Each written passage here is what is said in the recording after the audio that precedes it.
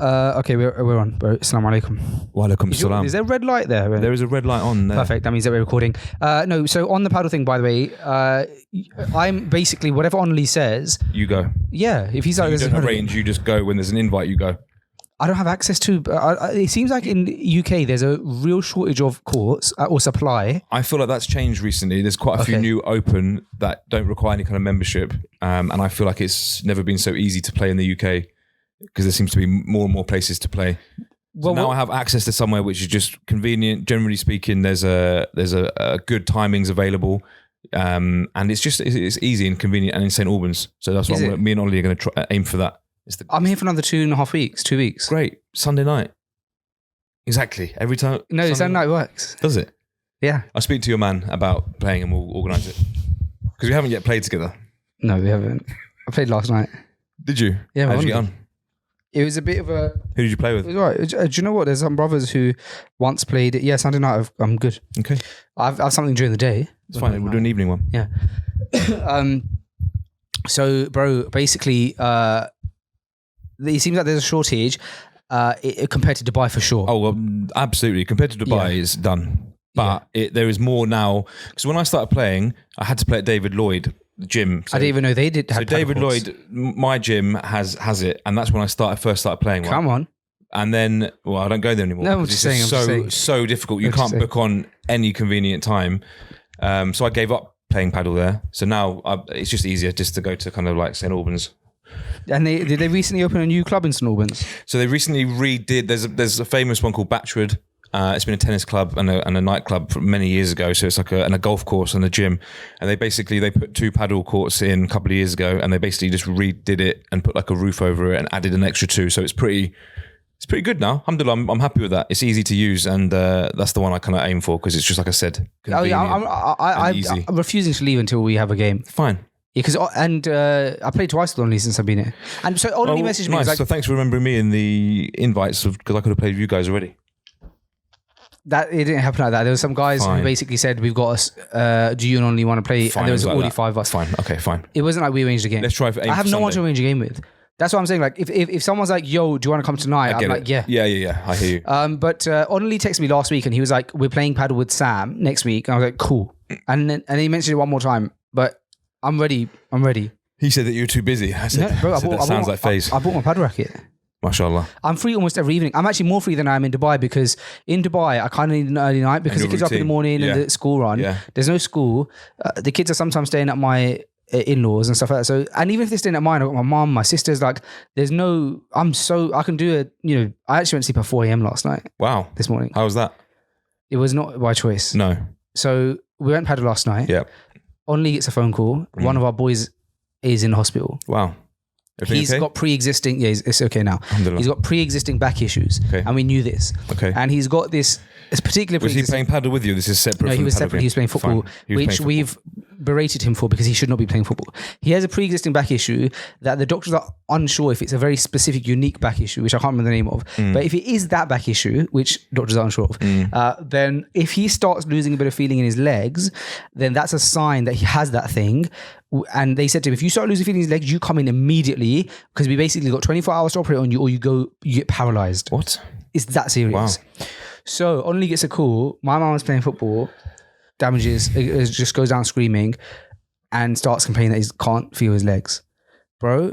And then we got a video sent of him screaming. Wow. So we get to the hospital now. The long story short is that at 8 o'clock this morning, he just goes there all night. Only was with him in the hospital all night last night. Oh, wow. I came back just before Fajr. Only stayed there all night. He hasn't slept. And alhamdulillah, it wasn't that particular thing. Wow. So it's probably that the disc that he had slipped has like slipped further, which is extremely painful. Right. But it was not the thing that would have been the worst case scenario. That's good. Anyway, so I got home at 4. I got home at 2:30. Yeah. I got home at 2:30 and I thought to myself, by the way, is it just me or like after a game of paddle, you are absolutely Marvin? Absolutely, yeah. Marvin, bro. Yeah. Absolutely. So, every paddle game. Yeah. I was proper hungry, man. Yeah. How long did you play for? These times, hour and a half. But But these times, bro, we finished Padle and you need to munch straight after. Even then, it's an hour and a half to the hospital, stayed in the hospital, came back. So 2:30 now.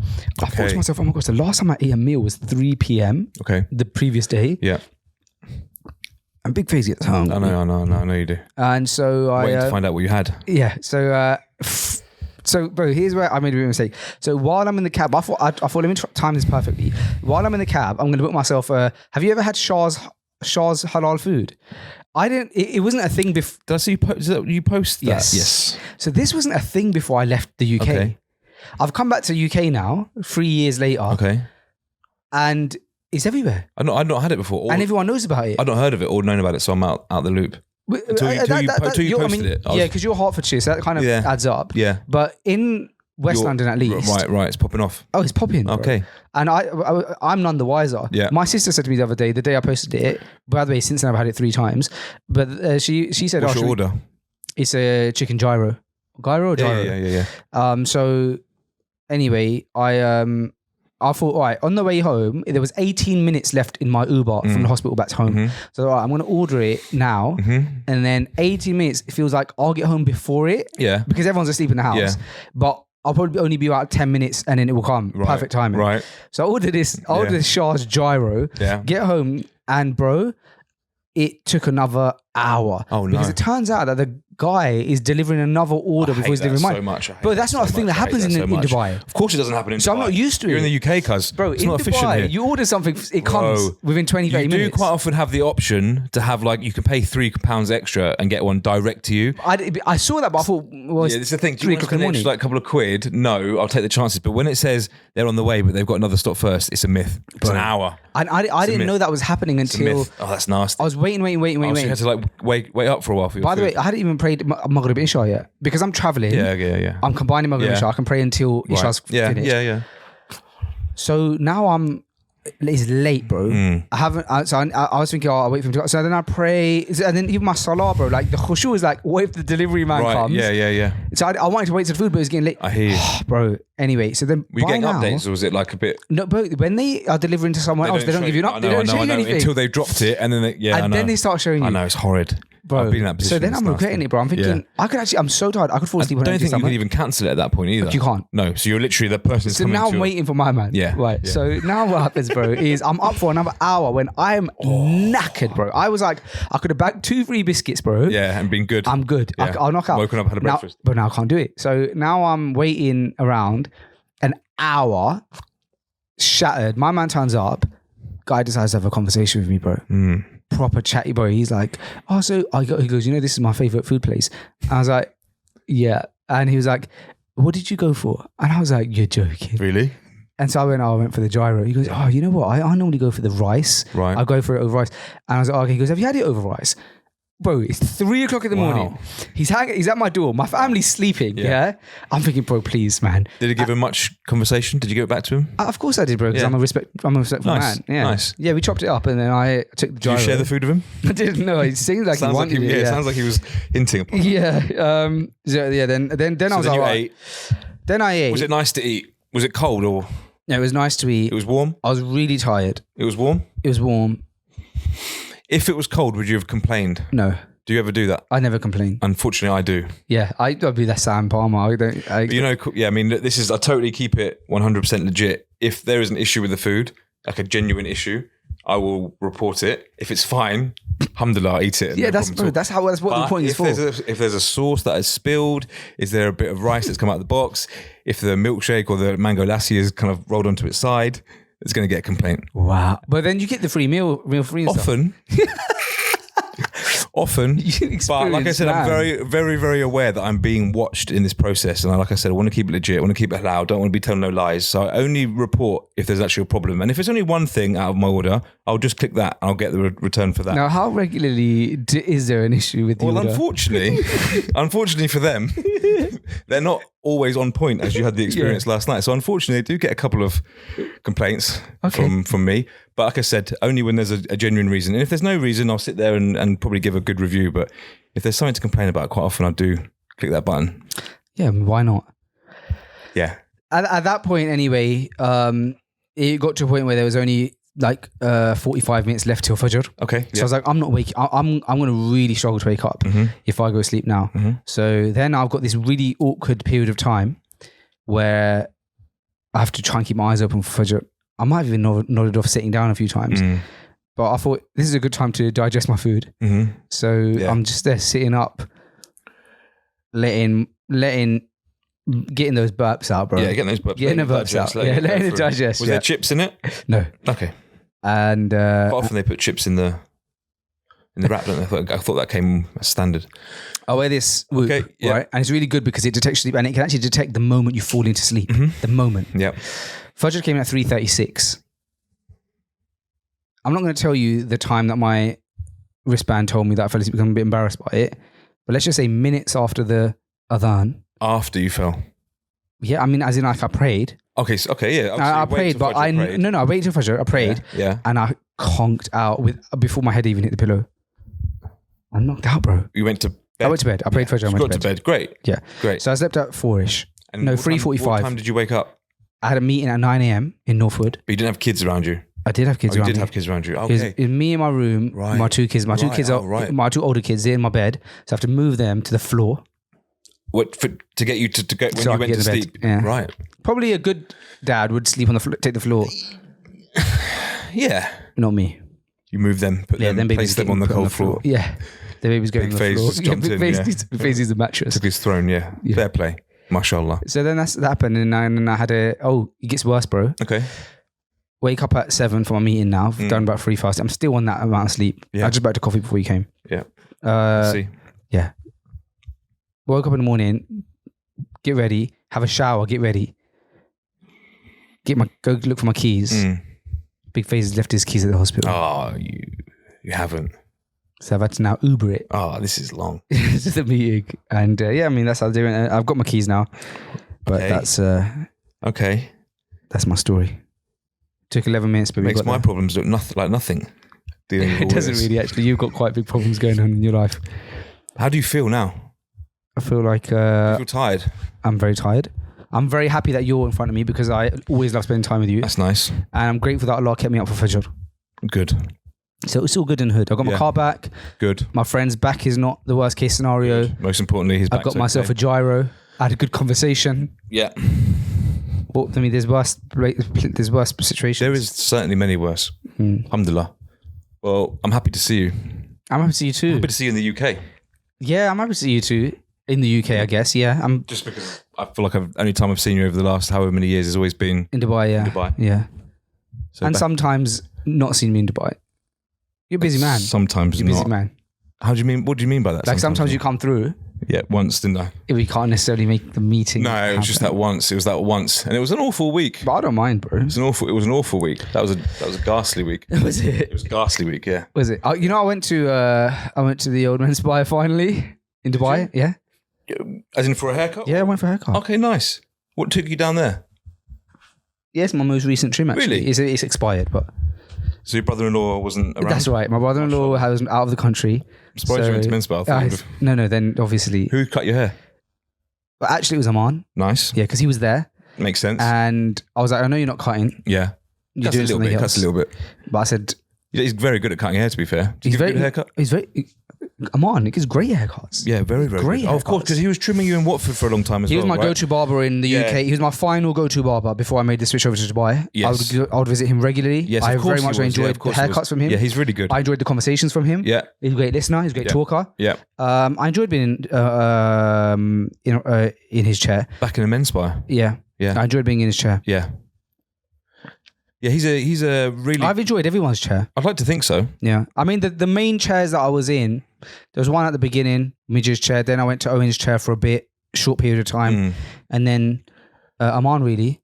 It's mad how you're forgetting the fact that I made the effort to give you a couple of haircuts before you left. No, but I'm talking about my long-term chair experiences. Regulars. I would say from what I saw... Because I've been in your chair, I've been in Ollie's chair.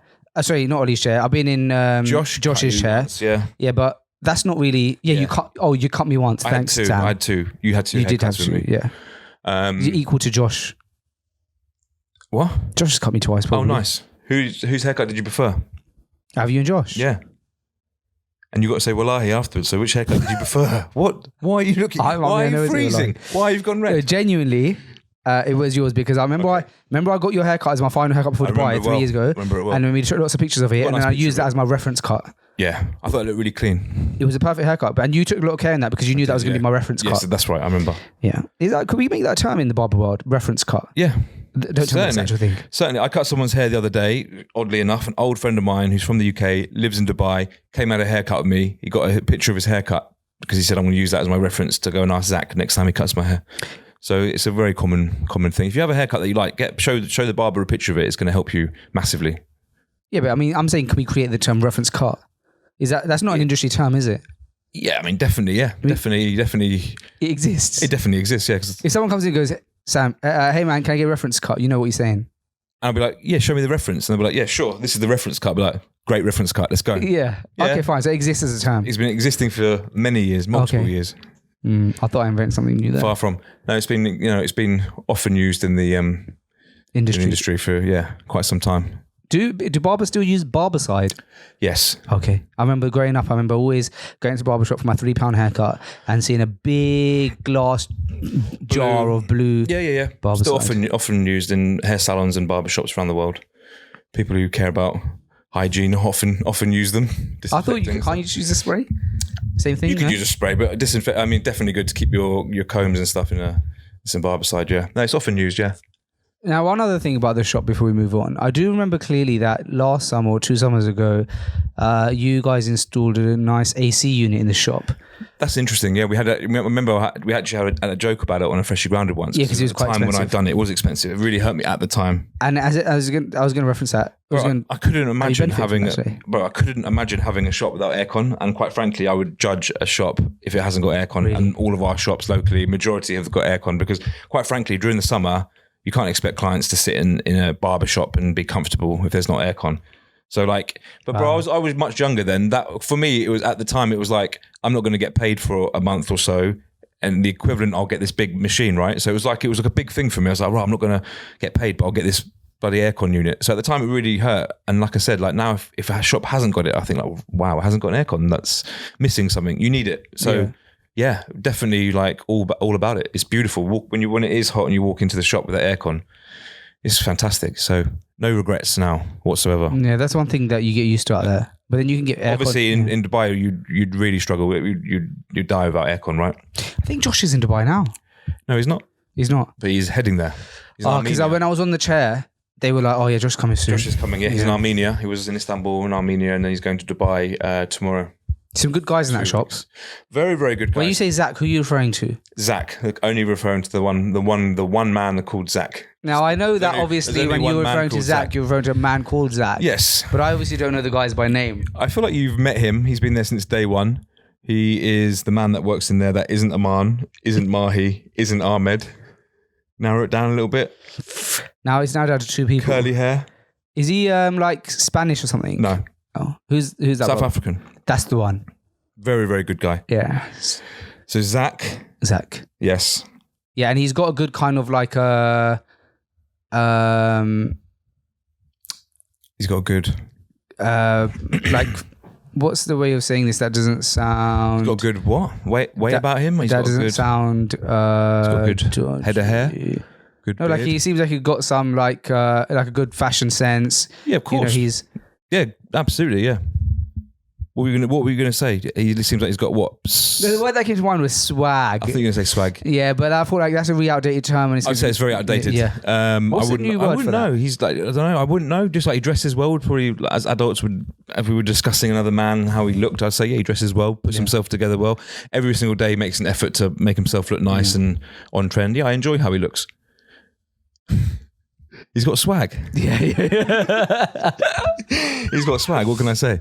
Yeah, no, he's fantastic. He's been with us since day one, and he is fantastic. He's actually with Josh at the minute in Armenia doing a hair show. So that's his first time traveling, doing a men's bar hair show. So he's had a great time with Josh. And the shop's doing well, alhamdulillah. It's summertime now, as you're very well aware. Summertime can kind of drop off a little bit in Dubai. People come back like you are. Yes. And many other people that I know. So we're just kind of riding out that slightly quieter period. But alhamdulillah, really good, man. We've got another new person starting in September. So the team is building and it's getting exciting. Nice. It's getting good. Yeah, really exciting. I'm happy for you. Thank you, man. Alhamdulillah barik. Thanks for going. No worries. That's pretty much my last trim now until I guess the live event. But the thing is my brother-in-law who normally cuts my hair, my trim has kind of expired now. My brother-in-law who normally cuts my hair, he's getting married on Monday. Between now and Monday, I'm packed. Equally, I feel like on the day of his wedding, you can't ask a man to cut your hair. No. So I'm going to have to go with this. You have to go like that with that haircut to the wedding? Yeah. Why don't you, there's like so many barbers locally, you could go and get a little fresh. I don't have time, bro. Okay, too busy. Yeah. But I've got time for that paddle match on Sunday. Yeah. Yeah. Yeah. That's different. Yeah, that is different. Okay. Yeah. Do you know I brought my paddle racket with me? You mentioned a minute ago. Yeah, rate that. What you I'm paddling with at the minute. What are you rolling with at the moment? I've got the Wilson Speed. I don't know the Wilsons very well. It's nice, yeah. Okay. It's nice. I'm enjoying it, yeah. What about you? The Nox AT10. I remember did you show me a picture or something? I believe I saw it somewhere. It's a Nox AT10. Yeah. Nice. Enjoying it? I enjoy it a lot now. I didn't enjoy it at first. Why? Because I had very quickly after that experience the Babolat Air Viper, which I enjoyed. Quite powerful. Its power is light. Yeah, light. And the AT10 is much heavier. Much heavier.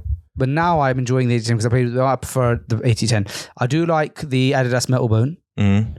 What are you doing? Using other people's rackets? Mainly only. Okay. Has he got a few different ones? Of course. This is only Khan we're talking about. Has he got? Yeah. Have you played with him before? No, bro. He's extremely good, bro. Well, he responds to, if I put like something up on my story about Padle, he'll respond, and we've been going back and forth, but we're almost there now. I think he studies the game. Yeah, because you told me he was really good, and I said to him, "Are you kind of good?" And he played it down massively, but I forgot how like beautifully humble and amazing he is at the same time. But he very much played it down that he doesn't play that much. Padle's also one of those games where if someone is extremely good, it doesn't mean you can't play with them very well. Because it's like, of course. Unless you don't want to play someone who's really good, because you could win games against him easily. Yeah. Not easily, but as in like, yeah, he's not like a machine. No, but he's very good in the sense that he has great. He's an all-rounder. He's got great understanding of the game. Yeah.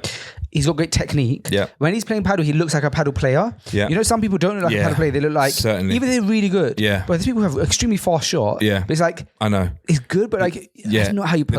The technique, 100%. Like, the technique's not there. Yeah, that's going to be 50-50 serve. Like, don't serve like that. All right, fine. Like, once or twice, you'll do it and you'll get yourself an ace, which isn't even the name of the game in Padle. Of course. But other times you're smacking it, it just looks bad. Yeah, I agree. But only plays the perfect game in that sense. Yeah. Yeah. What about you? How would you rate yourself?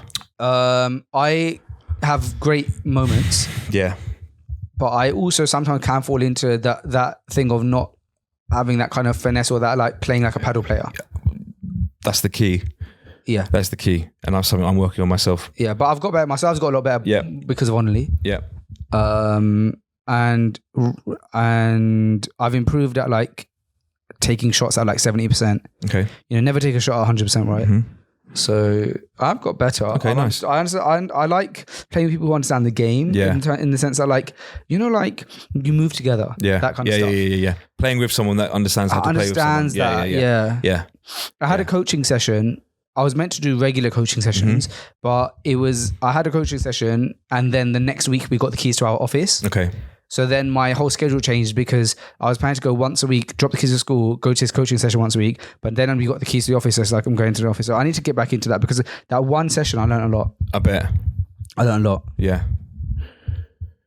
How is the office? Office is great, man. Whereabouts is it? Is it not? It's not Media City, is it? No, Silicon Oasis. How's it going? Bro, it's good, man.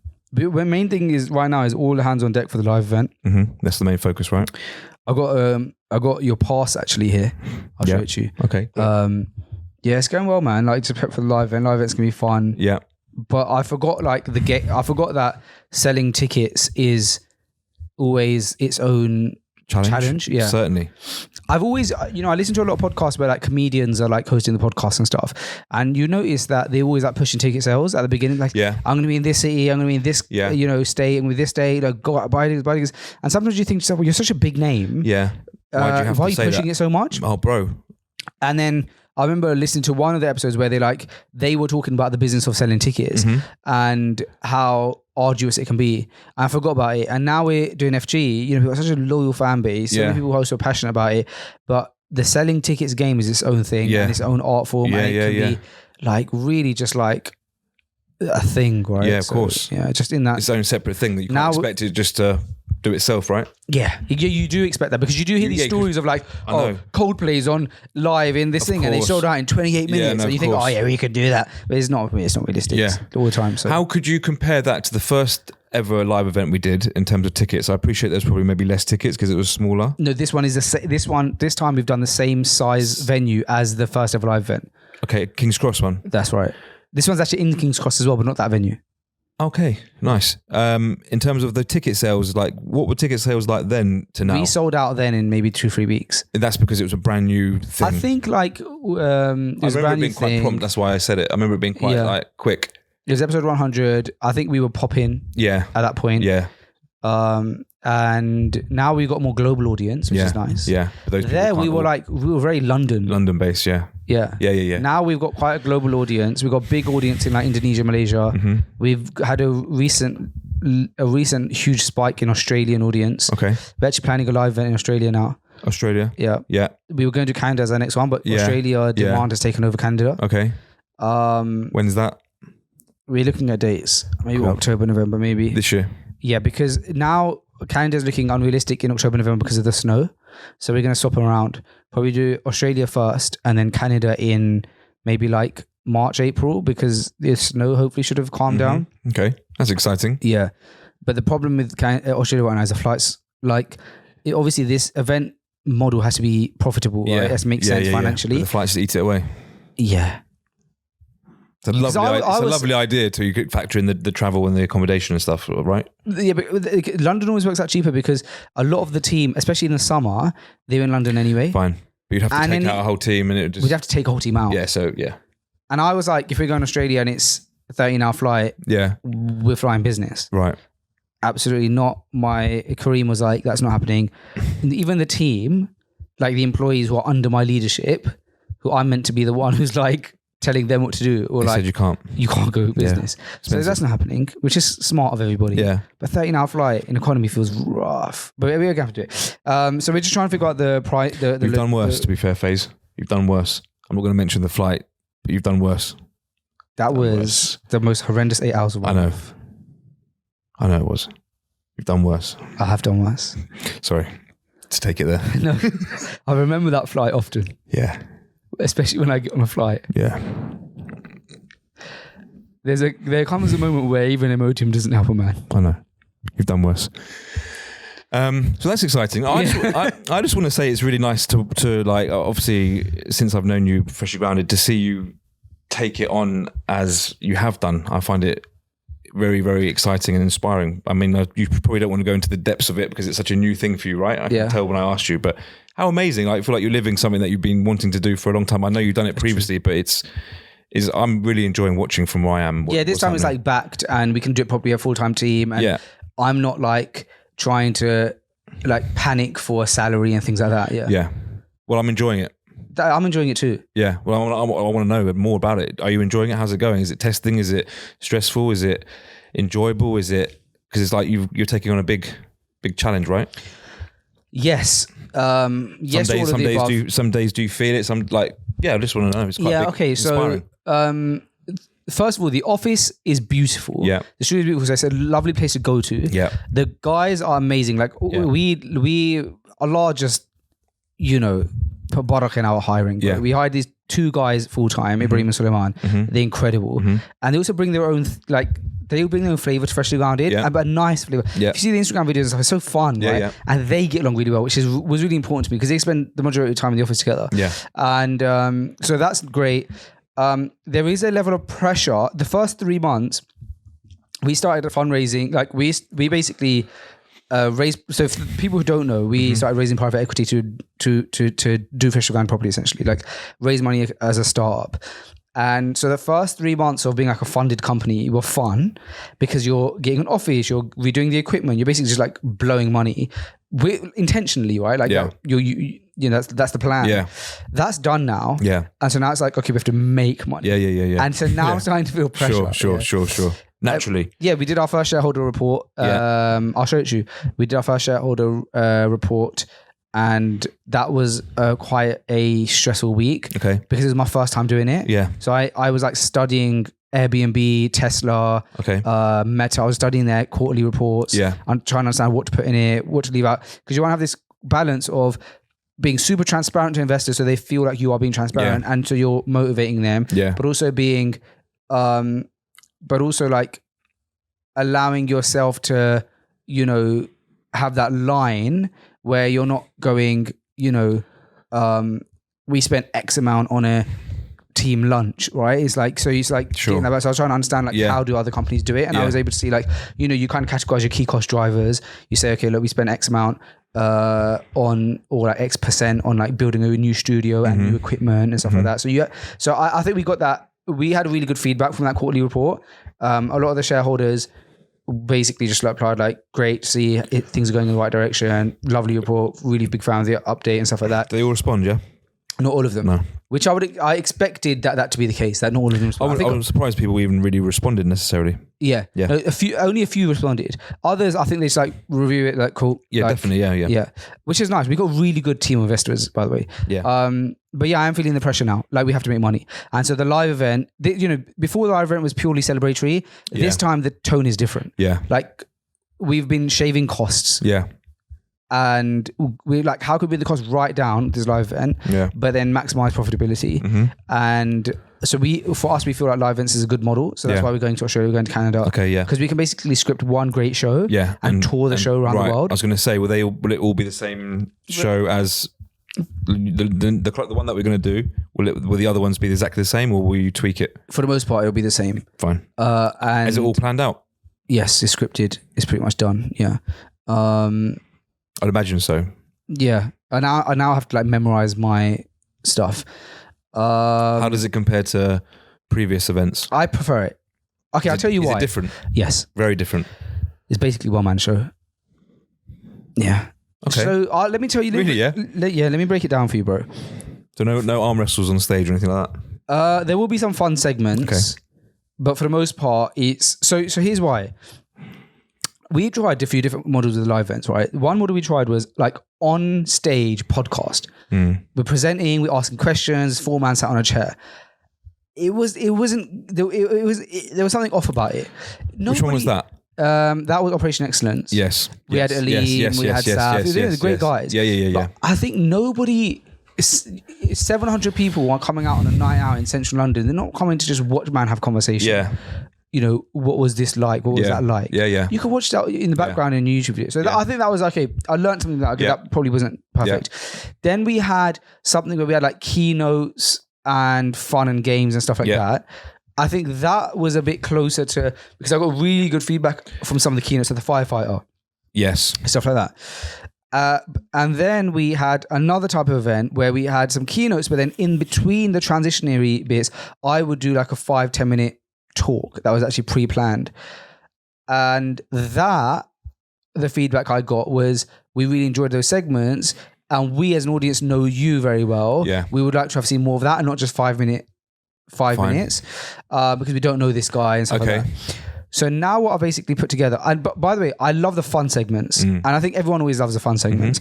And so what I basically put together now is a one-man show where I basically scripted the whole thing, and actually you get a value from it. So I'm basically teaching a framework but it's a framework that is applicable to, it's the same framework we've used in Freshly Grounded to get the guests that we've had, build relationships that we've been able to build, but also in our personal lives, also in business, lessons I've learned from different guests, put it all together in one framework, teaching it. It's applicable to anybody, whether you're trying to improve your marriage, whether you're trying to be a better parent, whether you're trying to improve your business. And the principles are essentially based on what we've learned, but also Islam, right? But packaged in a way where they're applicable to anything. So that framework is the through line of the event, and that's my bit. Yeah. Between that, there's different forms of entertainment happening. And there's some surprises and things like this. Okay, nice. That sounds good. Very nice. I think this would be the best one yet. Yeah. You're confident with it, yeah? I think so. I think we had enough time to try different versions. Sure. Like, we know what's going to work now. Sure. Yeah, it's exciting, man. It's very, very exciting. Yeah, nice. Yeah. So no blindfolds or anything this year? Maybe. No. Fine. Yeah, but we've got some fun segments though, so Cool. like which I need to like finish off. But the main like actual script of the show is done. Nice. That's exciting. Yeah, it's exciting, bro. But is it fun? Yes, I'm loving it. Yeah. Yes, but I am starting to feel the pressure now. Yeah. Because the truth is that if we don't make this a success, then it's about to go on. I'm going to be jobless. That's the reality. Okay. The boys are going to be jobless. Right. And we fail. We're going in. See these hats? Yes. Yeah, we're going in. Hats are beautiful. The hats have come out really well. Really, really nice. Do you like the new logo? I love the logo. Everyone loves the logo. Really nice. Yeah, that old logo is outdated. We're going for a rebrand. Oh, is this completely the new logo for everything? Slowly we're shifting over. It's very nice. Yeah. And I really like the be the one who did. Yeah, that's our new tagline. Yeah. Be the one that did is good. So Kareem came up with that. So Kareem basically was like, what's a tagline that is so freshly grounded? What's a tagline that's so Faisal? And he was reflecting on like freshly grounded history. Yeah. And he said like the through line of freshly grounded has been we don't always know what we're doing. We don't always know how we can do something, but we always do. Yeah. We always start. We always get, and that's our message has always been. That's what our message has always been to people. It's like if you don't know what you're doing, we don't know what we're doing. That was you. When I said to you, bro, let's start a podcast. You're like, I don't even know what podcast is, but I'll do it. Yeah. So we're always like the doers. We might not be the best at planning. We might not be the best at figuring out. But we'll do. So Kareem was like, really in life, you can have great ideas, but if you're not the one who actually does it, it's almost like just do it, right? It's 100%. like if you're not going to be the one who did, then you're always just going to be in the background. So he was like, I think that is a tagline that works for FG. So I love it. Be the one who did. Yeah, I love it. Really nice. Alan Mubarak, really sick. Yeah. Beautiful. Good work. Yeah, man. So that's basically what we're working on now. So that's exciting. It is exciting. I'm sure I'm going to be coming to you for a lot of like therapy sessions when times get like pressureful. But we're learning. I'm learning on the job. Pressure, right? Pressure's good. Yeah. Kareem likes that I'm under pressure. Yeah. I think you need that pressure to make things work, bro. You have to be pushed, right?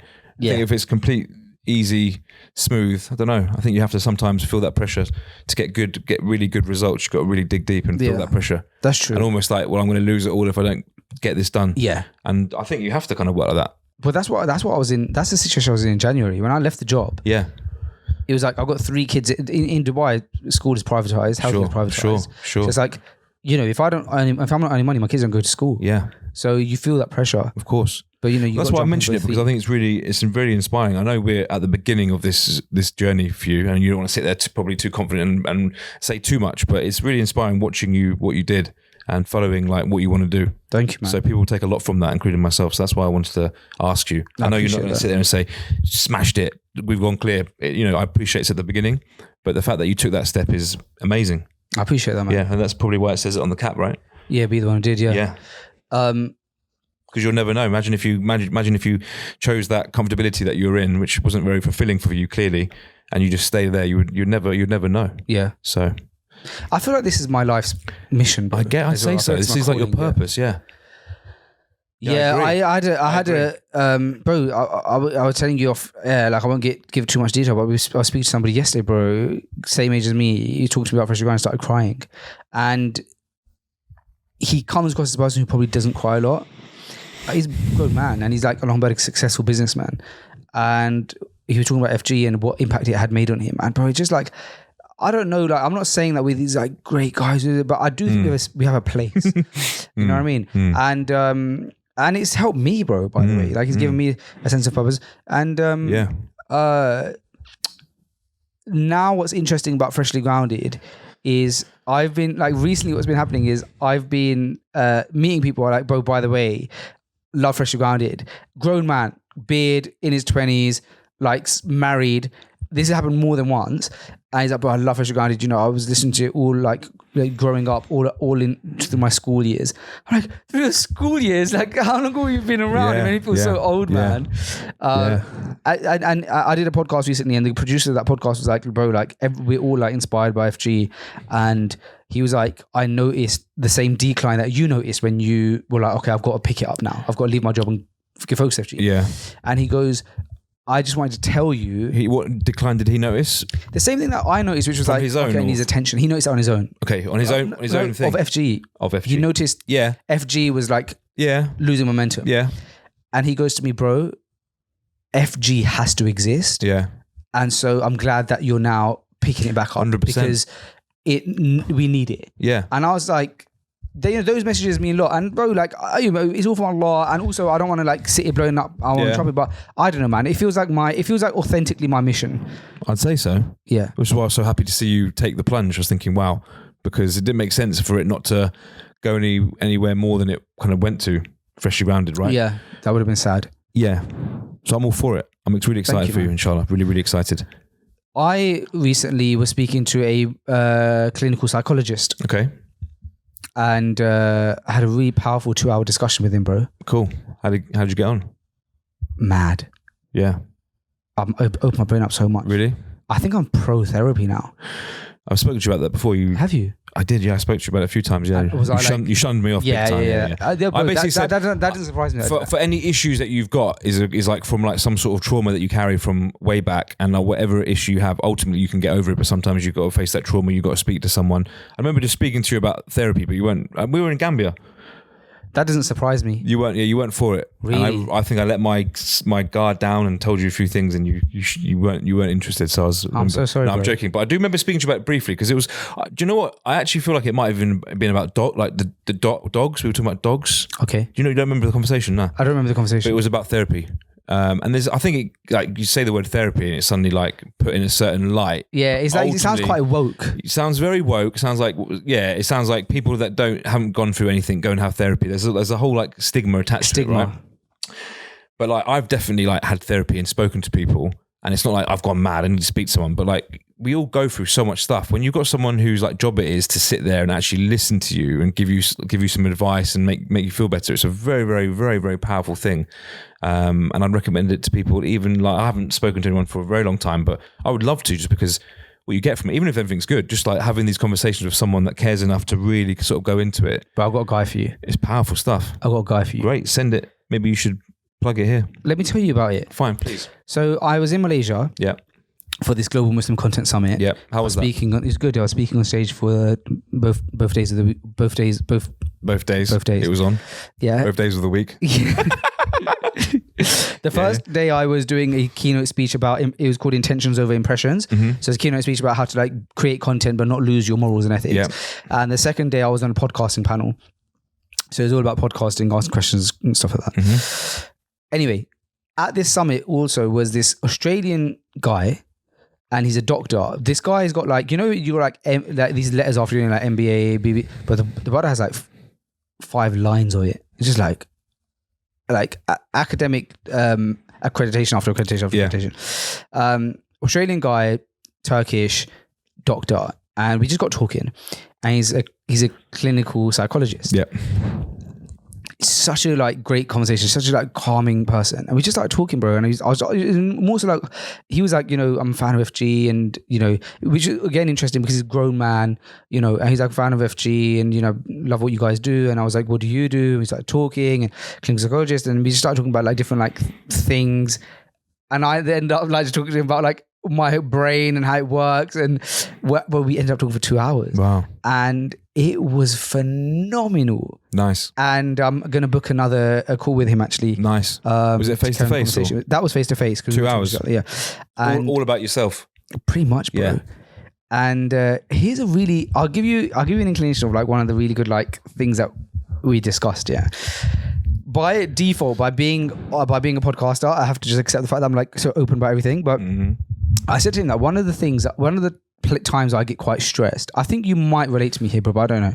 And one of the times I get quite stressed is in like moments of like I don't know, like things need to get done and sorted, and or like traveling, things like that. And I said, so what I do, I think I found a solution to it, is I will try to like over prepare or give myself comfort in order to reduce the stress. I can predict, perfect example, let's say me and you now, we're flying to Indonesia. I will pre-book a chauffeur company to pick us up at the airport in Indonesia, take us to our hotel. It'll cost 3 times more. Right, so let's say it would cost us 20 quid if we queued up in the taxi rank in Indonesia, and it's costing me 60 quid by booking this thing, right? For me, I'm like, I know that I'm going to land in Indonesia, never been to this airport before, don't know where the taxi rank is. Don't know how long the queue is. Don't know if it's like a whole system. Don't know if you like go here, there, and everywhere. Don't know if we have to, if they take card payments. I don't know if like the standard in that culture is that people, cab drivers mug you off. And so they say you would take card, and then you get to the machine not working. All of these unknowns, that's going to stress me out. So I'll pay 3 times more, and I'm going to just pay 90 quid or 60 quid or whatever, book cab, we land, we get a nice V-class, pick us up, we get to our hotel, job done. Come on. That's the kind of thing that I typically would do. Provide myself comfort in unknown situations. Yeah. And I thought I was doing a good thing, because then for the people around me, I'm not stressed. But he was like, maybe what's happening is by providing yourself that comfort, you are not allowing yourself to feel any stress, and so you're not building up the resilience to stress, right? And so actually where I feel like the comfort is helping me, it's actually damaging me. It's like injecting a bit more heroin, just no, heroin helps me. Right. So I can get through the day. No, you're actually damaging yourself more. Remove the heroin and firm it, right? And so remove the comfort. Okay. You're putting a plaster over a broken leg. You're feeding your illness by giving yourself more comfort. Right. What's the worst that can happen if you have to queue in the taxi rank? You'll figure it out. It's not deep. Yeah. So he said, I want you to try and put yourself in safe but more uncomfortable situations, because you build your resilience up to it. That's one thing. And the second thing is run every day. That sounds funny, right? Run every day. Where is the connection between run and panic? Cool. He goes, what running does is it raises your heart rate. Right. And your brain starts going, our heart rate is raised. That means it's time to panic. And then your brain will go, hold on a second, no, I'm running. Yeah. So we're all good. I'm on a treadmill, I'm running, we're good. Then what will happen is you do that every single day. When you get in a situation in life where you are starting to panic, your heart rate starts going up, your brain will go, we're used to this feeling. Yeah. We do this daily. It's cool. No need to panic. Right. And so he goes that your body and your brain are connected in that way. So he goes, if you run, you do build up that resilience to stress by running. Which is incredible. So they're 2 lessons that I learned. I learned many lessons, but they're 2 that I'm willing to share. Definitely nice, yeah. Did it go quite deep? Personal? I don't want to know. Quite deep. I'll tell you off. Yeah, of course, yeah. But generally quite deep. It's quite personal and deep, isn't it? Let's be honest. It went deep. Especially considering like I didn't know this man. But how interesting is that comfort thing? Yeah, very, very interesting. So does that mean, you won't prepare and get yourself these little things to provide you with that kind of comfort? You're just going to go in full blast and look for like a slightly uncomfortable situation because that would be better for your stress.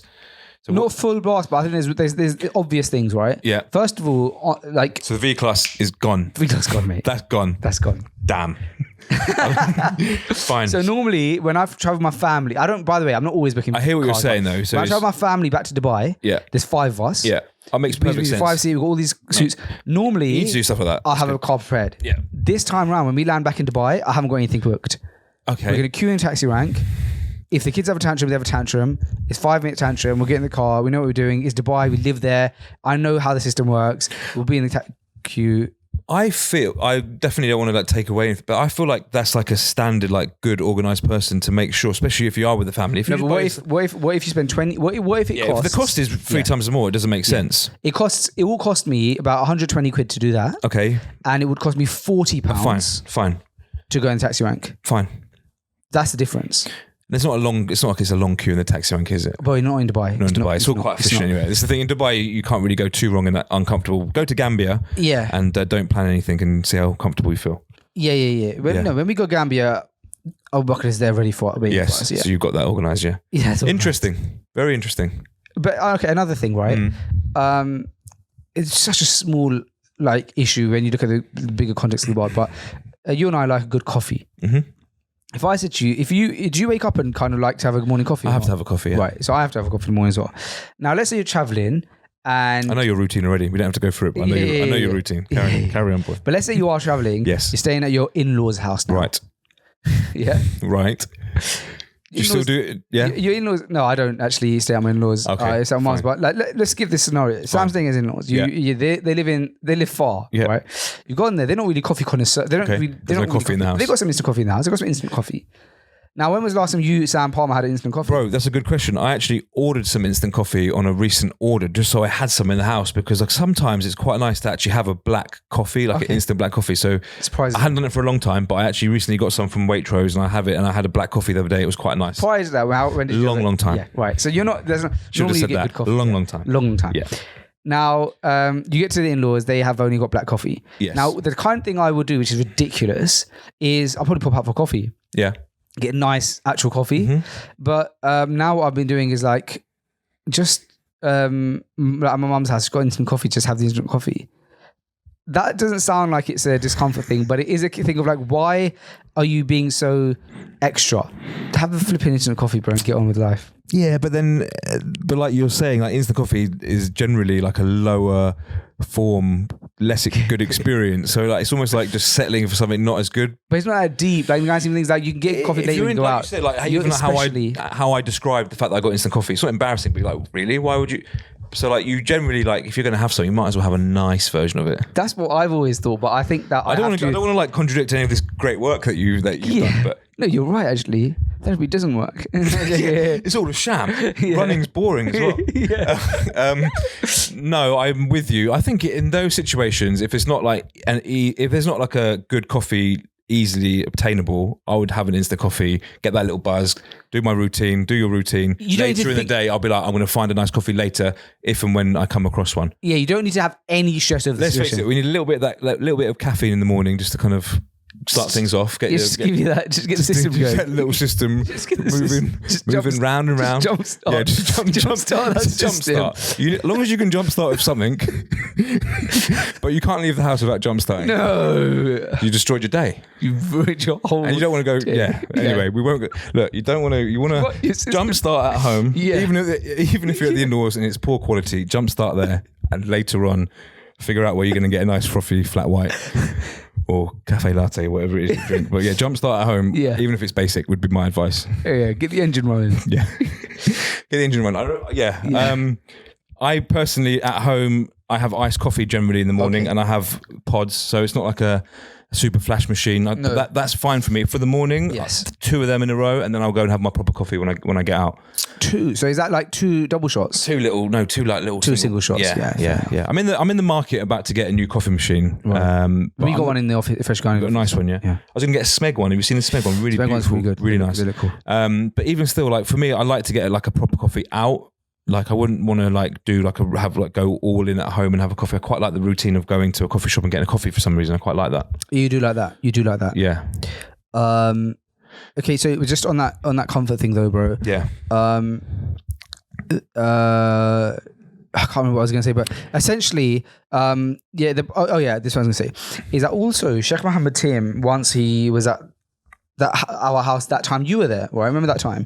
And do you remember what he said that day? He said that a person who is hayyin layyin, Jahannam is made haram for him. So, i.e., a person who is relaxed and easygoing basically won't enter the hellfire. And that's a relaxed thing to do. If someone goes, "Hey Sam, morning Sam, fancy your coffee?" And you go, "Oh, yeah, all right, what have you got?" "Oh, it's just instant coffee." Now, if you can calm the and you go, "Yeah, all right, 1 sugar please." That's you being relaxed, easygoing, not causing a fuss. That person, Islamically, there's some goodness for him in the afterlife. That's what I'm saying. I'm definitely not going to argue that, but that relaxed, happy-go-lucky, pleasant fellow might have a certain standard that he likes to meet in terms of what beverages he have, and say, "Do you know what, mate? I'm going to pause. I'm going to go and get a coffee later on. But I'm very chilled. I'm here. No rush. That's fine. You take your time. I'm over here chilled. But I'm going to get a really nice coffee whenever you're ready. But I am chilled." No, that's fair. That's a good example. That's still chilled. But imagine if you're like, "Oh, I really want morning coffee. I don't want your coffee. Like, can you that person, arrange a coffee for me? Like, can you order something else? Can we order?" Keep that person away from me. Anyway. Yeah. That person's no good. Yeah. So that person sucks. Yeah. Are you easygoing? Like, if we went to a restaurant, are you like, there'll be something on the menu. There'll be something on the menu. I can be. Are you asking, am I easygoing? I'm asking I can be very easygoing. I can be very, very, very easygoing. Very easygoing. I can be. Yeah, you can be. Yeah. Sometimes can you also be difficult? Yes. Yes. I can be the opposite and be extremely difficult. I hate to say it. I can be really difficult, but I can really be that person. But I don't mind whatever you want to do and actually mean it and just go along with someone else's and just I'm easy. There's other times when I'm probably not so easy. So I'm not always easygoing, but I can be. I can happily slide into that character if I need to. Yourself? Slide into that character. I'm not very easygoing. I know. I think. But I'm now becoming more easygoing. Yeah. I think. Making intention to try and become more easy. Yeah. Yeah. I just thought about a real life situation. It's difficult sometimes to be easygoing, man. Life's not a joke. There's so much going on. It's stressful, man. I think you're allowed to not be easygoing with like business. I'm definitely easygoing on holiday. Are you? Yeah, I think more recently because I feel like I really enjoy a holiday, i.e. I'm away with the kids somewhere. Like I don't want to like tamper this opportunity to relax, and I would almost like be doing myself an injustice if I don't choose this time to be a bit more easygoing. Otherwise, what if you can't relax when you're away from work and stuff, and you can't relax then you're screwed. That's true. So I definitely like try and when I'm away, well, I'll definitely try and be like a different person. Try and be that easygoing, relaxed person, going with the flow. Because, like I said, if you're having a week off from the stress and work, if you take in that energy and taking that kind of uptightness with you, what's the point? At least have a that expression, have a day off, have a week off, and come back to it and be hard work when you get back. I think I'm quite lucky because I've always got relaxed, easygoing Sam for the pod. You get a good relaxed, easygoing version of me. Yeah. Yeah. Every time for the pod. Yeah. Yeah. I'm making. Yeah. You probably see me not so easygoing. Maybe sometime in my life. Maybe a couple of times. Maybe. Not often though. Maybe a few times. Yeah, once or twice. You've seen me. You've seen. Yeah. Once maybe. No, I've seen you fairly relaxed and yeah. Yeah, I mean, you see me around some dogs. Yeah, I have seen that. So were you asking me to get therapy to wasn't asking you to get therapy. We were just but that was part of the conversation. I remember the conversation. We were talking about love languages. Do you remember that? Yes, I remember that. And we were talking about therapy. I never forget a conversation about love languages. Yeah, because I didn't know too much about it. Although I'd heard it, you really kind of like didn't break it. I know, like you made me understand it a bit more at that point. To be honest, part of that same conversation, we spoke about therapy because for me it was about controlling anger and having anger issues and like and I had therapy based on that, and I got so much out of my conversations that I had about like basically, without going into it too much, not that I have serious anger issues, but I can be tipped over, like anyone can be tipped over the edge and you can lose your temper. Those hands can fly. That they can fly. Not in an aggressive way, but losing your temper, right? Yeah. So when I did speak to someone about it and they made me see how losing your peace, i.e. getting angry, getting frustrated with anything, is ultimately you giving your peace away to someone else for someone else's, whatever the situation. You're losing your peace and you start feeling a really horrible way, physically, mentally, emotionally. You feel like crap when you lose your temper, right? Let's face it, no one loses their stuff and feels good for it. They feel horrible. You almost have like a physical effect. You have to sit down and feel like crap. So what I learned and what I got from it was just basically not breaking your peace for anyone at any situation. And even if you're being heavily tested, like if you want to give your peace away for that situation and make yourself feel like crap or make yourself feel awful, that's down to you. But really life's too short to break that peace, really.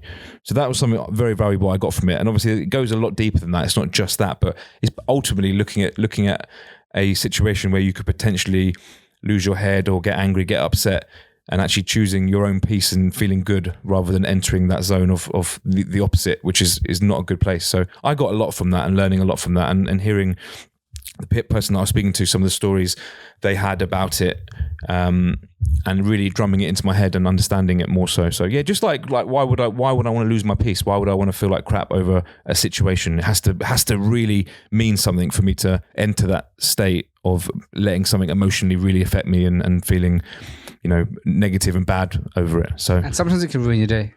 Absolutely can ruin your day. Yeah. It has an effect, I'm talking about you shout and, bro, nothing great comes from that. I totally appreciate some situations might need that, but a very, very small amount. So learning that, rather than I always felt like I kind of like looked for it, even when I was younger, looked for the opportunity to be angry maybe when I was younger. So understanding that's the enemy, going anywhere near anger and all that, it's all from shaitan. It's all we don't want to go near it. We want to try and avoid it, because as soon as you enter that space, it's very, like I said, physically awful for you, emotionally awful. You want to avoid it. So that's something very healthy I got from therapy and speaking to someone about my thoughts, my feelings, my emotions, was to really understand what that really meant and try and practice that. One of the things that I found difficult about the concept of therapy or consultation was the fact that Islam plays such a big role in my life. So like if somebody's advising me but they don't understand that part of my life, that's going to be difficult. And the fact that this guy is Muslim is really helpful. Yeah. So he's both clinically and academically the appropriate person to speak to, but also from an Islamic perspective. And one of the things he said to me, I just remember now when I was telling you about that comfort thing, and he said like, put yourself in the opposite situation sometimes. He said that if you look at the rulings in Islam and how Islam medicates some things, you'll notice that Islam often tells you to do the opposite. Like if you're feeling like, sexually frustrated, fast, right? Like stop yourself from eating. Like, and he gave loads of different examples where the antidote, is that the right word? Antidote, yeah. Is the opposite of what you would think. Okay. So it's not like, oh, you're feeling frustrated, like go and commit zina or whatever. It's like, and so he said, if you look at, he gave examples, I can't think of them now, but where lots of times where there's a problem Islamically a person has, and either in the Quran or Sunnah, the opposite has been given as the remedy for that. So, interesting. You feel like you struggle in unpredictable situations, put yourself in a few more unpredictable situations. Yeah. Interesting, isn't it? Interesting, very interesting. That's what I enjoyed, the fact that he understood that part of my life. Yes, which is important. It's so important, bro. Of course. It's like my whole life. Yeah, of course, exactly. And also that I suppose like that helps when it comes to like saying, look, I can't, or I don't want to speak about this, or he actually does. I noticed on his booking thing that he also does marriage counselling. Okay. UK based? No, he's Australian. Okay. Australian Turkish is what you actually said. It'd be Zoom. Australian Turkish is what you said. That's correct. Yeah. Mashallah. Okay, interesting. One thing I didn't notice is how many people in Australia are from Lebanese. Yeah. I was about to say Lebo because that's what they call it in Australia. But you know how like in certain parts of the UK, there's like, okay, there's a lot of the Muslims here are Somali. Yeah. In other parts, a lot of Muslims are Pakistani. Others is Bengali. In Australia, a lot of Lebanese. Them are Lebanese. Yeah, I knew that. How did you know that? I just feel like I've seen it, and I've just seen it over the years. There's a lot of Arabs and Lebanese people in Australia, community-wise. That's it, man. What's going on? What's new? What's happening next? Same old stuff. What's the foreseeable future looking like? Alhamdulillah, the same old stuff really. Just focusing on the business and the family and just working towards a better life while I'm here in Dunya, and just focusing on working hard and trying to improve myself and still got the chickens? Still got the chickens. Chickens laying some eggs? Yes, lots of eggs. Got loads of eggs. Do you ever go shopping for eggs now? No. No, you don't need to. We have to give them away. On Sunday, I'll bring you some eggs if we can make Sunday happen. I'll bring you some eggs. Yeah. Would you eat my eggs? 100%. They're lovely eggs. Yeah. Yeah, what? Would you eat my eggs? So they lay eggs and instantly you can eat them? Obviously, yeah. Instantly, yeah. Isn't there any process that eggs have to go through? Not at all. That's the beautiful thing about how God has created animals to be able to do these things. You don't have to put it through a lab or anything like that. You don't have to. No, it's ready to go, bro. So for how many years? That's how it should be. So for how many years have you been eating your chicken's eggs? Since I've had them. Yeah, but how many years is that? It's over a year or something? Not that long. For over a year, you've not had to buy eggs from the zoo? I went to had a breakfast and I had Moroccan eggs this morning in Nino's cafe. No, of course. But in your house? In my house, there's no, we don't buy eggs, no. Bro, I've got loads of eggs. How does that happen? So are they just laying eggs? They lay eggs every day. No. Yeah. One of them, how many chickens Minnie, who's the main one, I've got 3 now. I had 5. 2 of them got taken by the fox recently. Oh, I've got 3, but the best. I know. I've got it on my Ring camera as well. They got taken. Can you have any deterrence in some way? Yeah, so they have their own home in my garden, but throughout the day they wander, and they love wandering. They just forage, and they basically spend the whole day out and about. But one day even though the kids and my missus were at home, they were upstairs. Fox came to the back of the garden and snuck in and robbed 2. But obviously it's a very common thing. So we were expecting it for a long time. So we were almost a bit too relaxed in terms of they could literally just roam up and down from the front garden around the back, and they just go for it. So now we have to keep an eye on them because there's obviously a lot of foxes in our fields and stuff. We've got 3. They lay a lot of eggs, and they're really nice eggs. How do the eggs get made? Do they have to have... No. Oh. It's like a period. So they're just regular? It's like a period. And how do the eggs taste? Really good. Really good. I'm going to bring you some. Are they large eggs? No, they're quite small. They're smaller than the ones you see in the supermarket. Because they go in a lab? or not? No, not necessarily. They just cherry pick probably them. bigger chickens. My chickens are quite diddy. They're not like my chickens aren't. We don't have them to like produce eggs. Eggs. That's like a plus. They're like pets, and a plus is that they provide eggs. But they're beautiful eggs, bro. It's so nice that I've got these loads of eggs. And if you left these eggs, they could become chicks. No. Okay. No. Why is that? I feel like I should have studied more so before getting these questions. Yeah. But I believe to have a fertile egg, that would obviously require Intercourse. Right. I believe so. Okay. So I believe. Yeah. I know it sounds silly, but I didn't even know this when I had eggs and people were asking me the questions. I had to look into it. I was like, well, I never really thought about how eggs come, but they're the equivalent of a period. So that's what you got going on. You're just looking after your family, your chickens, your business. Just focusing on just like making loads of eggs right now. Family, business, chickens. Yes. Nice. Yes. That sounds like the dream life. Alhamdulillah, I can't complain, man. Alhamdulillah, I can't complain. Nice. How about you? Business. Yeah. Family. Yeah. You should get some chickens. Yeah. Yeah, that's it, man. I recommend chickens to anyone. Right now I'm enjoying having a newborn. I mean, he's not still newborn, he's 9 months now. Still quite young, isn't it? 9 months. Yeah, it's best thing in the world, bro. Yeah. Yeah, I'm back. He just started crawling. I missed it because I was in Dubai when he started crawling. I was sad about that. And when I came back to Dubai, on the first day he cried seeing me. Like, he didn't recognize me. That made me upset, yeah. He cried seeing you when you got back to Yeah, he didn't recognize me. No way. I'd been away from him for 2 weeks. Yeah, which is for him probably a large percentage of his life. It sucks being away from the kids, doesn't it? Yeah, but now he's my best friend again. Good. Yeah. Will you have more, inshallah? Would you like to have more, I should say? Would you like to have more children after this? I would absolutely love. Really, yeah? Just keep going. Have many children, Allah bless. Really, yeah? Wow. But are we gonna? Is it realistic? Yeah. But you'd like to. It's not looking very realistic. Okay. 3's a lot though. Yeah, 3's good. MashaAllah. Yeah, 3's good. 3's really I don't have a daughter. I know you don't. Yeah. Would you like one? I would love a daughter. Okay. Yeah. Yeah. I've got a lot of people around me that have got girls and it looks incredible. But for me, I wanted boys, so I'm very happy that I've got boys. Alhamdulillah. That's it, bro. Yeah. That's me done. Okay. That's what I'm going to be doing. Fine. Working on. That's it, man. I suppose I'll see you on Sunday, inshallah. Inshallah. If we make it happen. If not, let's make a Padle game for sure. Yeah. For sure. Yeah. And then also the event. Let's are you going to be in the country? Inshallah. It's in my diary. Perfect. Didn't even know you had a diary.